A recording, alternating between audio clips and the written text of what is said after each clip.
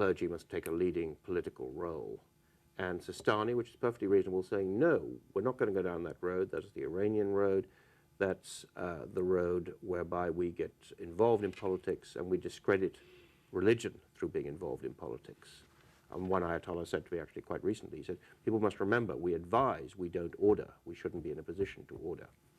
So there was a real difference there. And then there was a tactical difference on top of that, which I mentioned earlier, that don't oppose the Americans, conciliate the Americans, cooperate with the Americans, and we will take power through elections, and then we will deal with the Americans afterwards.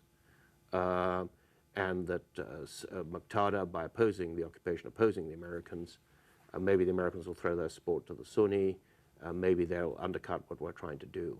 So there's a theological difference and a really hard-headed tactical political difference as well. And then there's the Iranian-based groups who were, though viewed with suspicion, appear to have emerged as winners in this situation.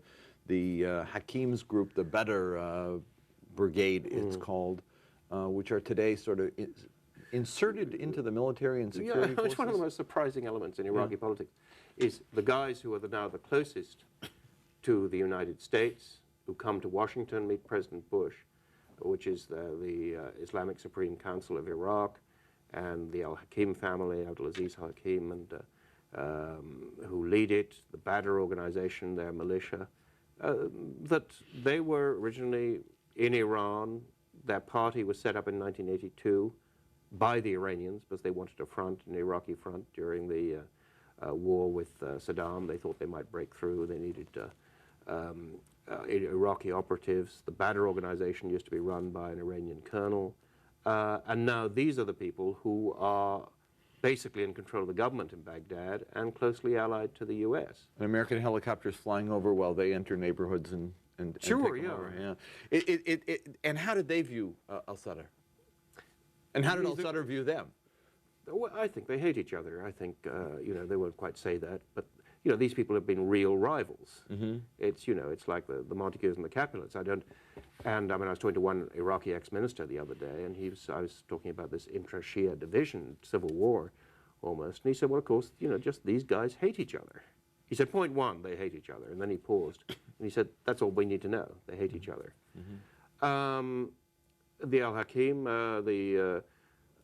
who are the mainstay of the present government, want to put Muqtada out of business, want to put the Sadrists out of business, but probably I mean, all estimates is that his movement is far more popular than them. We have elections at the end of this year, and again next year. The suspicion among many Iraqi politicians is that the government wants to put Muqtada supporters out of business before those elections because they think they'll lose them. I know a couple of months ago the U.S. They'll lose, meaning the government will lose. The government will lose. Yeah. A few months ago, U.S. intelligence was estimating that Muqtada supporters would get 60% of the Shia vote. I don't know how true that would be today, but certainly the ruling parties are real frightened of those elections. The ruling parties, one of those is the Dawa party that Muqtada's family was instrumental in forming, but has moved in a different direction. These are the mainstays of the current government. What is their relationship with Iran and with al-Sadr? It's a very good question, and no people who are Iraqis ask it the whole time. You know, as I said, it's a very strange relationship because you have these guys who are ruling Iraq close to the U.S. The U.S. keeps denouncing Iran, but these are the guys who originally were close to Iran. So, you know, what role does Iran play in their decision-making, or how far have they just changed sides? Iraqis don't, even very sophisticated, well-informed Iraqi politicians, don't know the answer to this. But it does show, you know, what a strange and dangerous place Iraq is, that nobody quite knows what side the government parties are on. Currently, the government thinks it can't survive without American backing, but it can't quite survive without the Iranians either. You know, despite all this denunciation of Iran, I don't think it's quite sunk in. There are two governments in the world that support the present Iraqi government. One is in Washington, the other's in Tehran. And where does Muqtada stand in all of this? Is he pro-Iranian? Is he anti-Iranian? Is he an Arab nationalist? Is he a pawn of Tehran? And how do the Iranians manage these competing groups that are obviously not, I mean, they have a security concern on their western border. This is a big issue for them. How do they manage it, and where does Muqtada stand in all of it?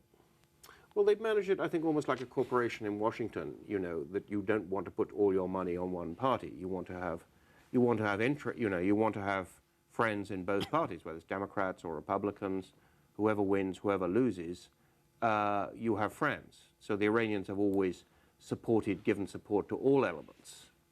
And sometimes political support, sometimes it's financial support. A few years ago, an Iraqi Shia politician who'd been traveling around the country said to me, he was rather anti-Iranian. He said, you know, it's very difficult to oppose the Iranians, but he said, because they pay all the pro-Iranian parties, and they pay all the anti-Iranian parties too. It's kind of the way they operate. So, just a side question about the U.S. I was seeing a story the other day about the 91,000 Sunni on the U.S. payroll. Are we competing with the Iranians as paymasters? Sure, yeah. Well, there are a lot of guns for hire in Iraq. You know, there are some places where there's a genuine movement against al-Qaeda. The U.S. military command want to replicate that in the rest of the country. But I was talking to one of these guys in the Awakening Council in Baghdad, and he was in West Baghdad. Awakening Council being the Sunni movement. Yeah, the Sunni al-Saqwa movement that you mentioned. And he said, I don't think any officer in our movement goes home at night without having a relationship with al-Qaeda, because it's too dangerous. He could get killed. So, you know, that's sort of part of the complexity of Iraqi politics. Yeah, and then the government says we have driven out al-Qaeda from Baghdad, now we are driving them out from Mosul. But they aren't. You know, you go down the road, they're manning the checkpoints. The guys who used to be in al-Qaeda, you know, you see that guy with a heavy machine gun. They're still there. Question, if the existing Shia parties viewed him with suspicion and some outright hatred, the U.S.